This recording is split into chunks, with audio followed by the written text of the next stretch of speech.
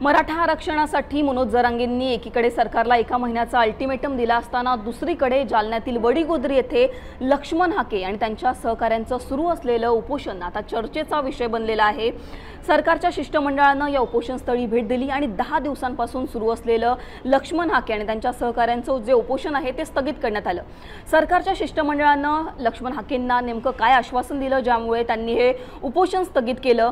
छगन भुजबळ यांनी यावेळी शासनाकडून आणलेलं एक पत्र होतं, त्या पत्राचं यावेळी वाचन केलं। या पत्रामध्ये नेमकं काय लिहिण्यात आलेलं होतं, लक्ष्मण हाकेंनी उपोषण स्थगित करताना नेमकं काय म्हटलं, या सगळ्यांवर बोलणार आहोत या व्हिडिओमध्ये। नमस्कार, मी पूजा, तुम्ही पाहताय मुंबई तक। जालन्यातील वडीगोद्री येथे ओबीसी समाजाच्या मागणीसाठी लक्ष्मण हाके आणि त्यांच्या सहकाऱ्यांचं गेल्या 10 दिवसांपासून उपोषण सुरू आहे। मराठा समाजाला आरक्षण देताना ओबीसी आरक्षणाला धक्का लागणार नाही या प्रमुख मागणीसाठी लक्ष्मण हाके आणि त्यांच्या सहकाऱ्यांचं गेल्या 10 दिवसांपासून उपोषण सुरू होतं। सुरुवातीला जर आपण बघितलं तर तेवढी या उपोषणाची दखल कोणी घेतली नाही, पण त्यानंतर पंकजा मुंडे आणि धनंजय मुंडेंनी उपोषणस्थळी भेट दिली आणि त्यानंतर जर आपण बघितलं तर मोठ्या प्रमाणात सरकारचे प्रतिनिधी असतील, नेते असतील, यांनी उपोषणस्थळी भेट देणं जे आहे ते वाढवलं। त्यानंतर जर आपण बघितलं तर सरकारच्या शिष्टमंडळानं आज उपोषणस्थळी भेट दिली आणि त्यानंतर लक्ष्मण हाकेंनी पाणी पिऊन हे उपोषण जे आहे ते स्थगित केलं। आता सरकारच्या शिष्टमंडळामध्ये कोण कोण उपस्थित होतं हे जर आपण बघितलं तर छगन भुजबळ असतील, गिरीश महाजन असतील, उदय सामंत असतील, अतुल सावे, धनंजय मुंडे या 5 मंत्र्यांचा यामध्ये समावेश होता। त्याचबरोबर गोपीचंद पडळकर, प्रकाश शेंडगे हे ओबीसी नेते सुद्धा यावेळी उपस्थित असल्याचं आपल्याला पाहायला मिळालं। सुरुवातीला सरकारच्या शिष्टमंडळाची छत्रपती संभाजीनगर येथे एक बैठक पार पडली आणि त्यानंतर हे शिष्टमंडळ वडीगोद्री येथे रवाना झालं। यावेळी छगन भुजबळ आणि धनंजय मुंडे असतील, गिरीश महाजन असतील, या सगळ्या नेत्यांची भाषणं झाली। छगन भुजबळांनी सरकारकडून आणलेलं एक पत्र यावेळी वाचलं। आपण अधिवेशन काळामध्ये एक सर्वपक्षीय बैठक घेणार आहोत आणि या बैठकीमध्ये या मागण्यांसंदर्भात चर्चा होणार आहे असं आश्वासन छगन भुजबळांनी लक्ष्मण हाके आणि त्यांच्या सहकाऱ्यांना दिलं। या पत्रामध्ये नेमकं काय होतं ते आपण पाहूयात। छगन भुजबळांनी जे पत्र वाचलं त्या पत्रामध्ये नेमकं काय होतं याविषयी बोलायचं झालं तर या पत्रामध्ये असं लिहिण्यात आलं होतं की इतर मागासवर्ग समाजाच्या मागण्या व आपल्या आमरण उपोषणासंदर्भात दिनांक 21/6/2024 रोजी सायंकाळी 5:30 वाजता सह्याद्री अतिथीगृह मलबार हिल मुंबई येथे मुख्यमंत्री महोदयांच्या अध्यक्षतेखाली त्याचबरोबर दोन्ही उपमुख्यमंत्री महोदय तसेच इतर मंत्र्यांच्या उपस्थितीमध्ये एक बैठक संपन्न झाली। या बैठकीमध्ये आपले प्रतिनिधी सुद्धा उपस्थित होते। आपल्या मागण्यांसंदर्भात सविस्तर आणि अत्यंत सकारात्मक चर्चा होऊन काही मागण्यांबाबत निर्णय घेण्यात आले। ज्या उर्वरित मागण्यांसंदर्भात निर्णय होणं अपेक्षित आहे त्यासाठी येत्या अधिवेशन काळात पहिल्या आठवड्यात सर्वपक्षीय बैठक आयोजित करून निर्णय घेण्यात येईल।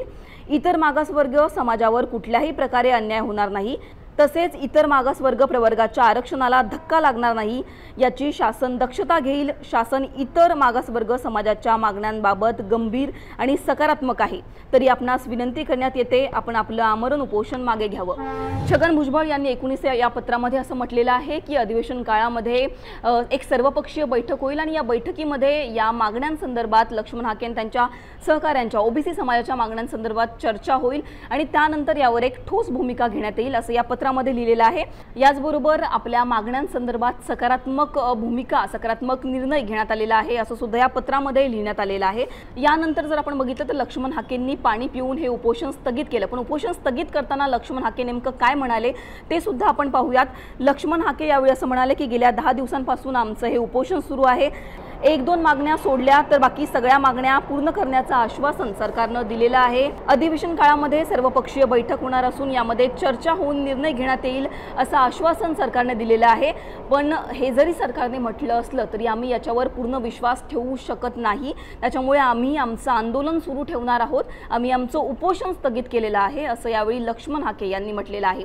एकूणच जर आपण बघितलं तर या पत्रामध्ये सरकारच्या शिष्टमंडळानं हे पत्र वाचून लक्ष्मण हाकेंचं जे उपोषण आहे ते उपोषण स्थगित करण्यात आलं, पण यानंतर लक्ष्मण हाकेंनी असं म्हटलेलं आहे की आमचं आंदोलन सुरू राहणार आहे पण आम्ही आमचं उपोषण यावेळी स्थगित करत आहोत।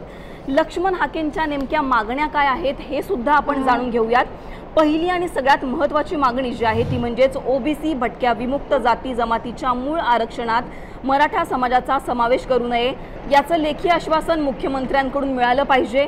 त्यानंतर कुणबीच्या लाखो बोगस नोंदीची त्वरित दखल घेऊन त्या रद्द करण्यात याव्यात। तिसरी मागणी म्हणजेच ओबीसीच्या आर्थिक विकास महामंडळांना आर्थिक तरतूद व्हावी। ओबीसीच्या वसतिगृहांची प्रत्येक जिल्ह्यात योजना कार्यान्वित व्हावी, ओबीसीची जातनिहाय जनगणना व्हावी। लक्ष्मण हाकेंच्या या काही मागण्या आहेत। यामध्ये सगळ्यात महत्त्वाची हीच मागणी आहे की मराठा समाजाला आरक्षण देताना ओबीसी आरक्षणाला धक्का लागणार नाही याचं लेखी आश्वासन सरकारने द्यावं आणि त्यावरूनच आज सरकारच्या शिष्टमंडळानं लक्ष्मण हाकेंची भेट घेतली आणि त्यांचं उपोषण स्थगित करण्यात आलं होतं। एकूणच आता अधिवेशन काळामध्ये सर्व पक्षीय नेत्यांची बैठक होणार आहे आणि यामध्ये काय निर्णय होतो हे पाहणं महत्त्वाचं असणार आहे। तुम्हाला या सगळ्यांवर काय वाटतं हे आम्हाला कमेंट सेक्शनमध्ये कळवा। हा व्हिडिओ तुम्हाला आवडला असेल तर याला लाईक करा, शेअर करा आणि मुंबई तकला तुम्ही जर सबस्क्राइब केलं नसेल तर सबस्क्राइब करा। धन्यवाद।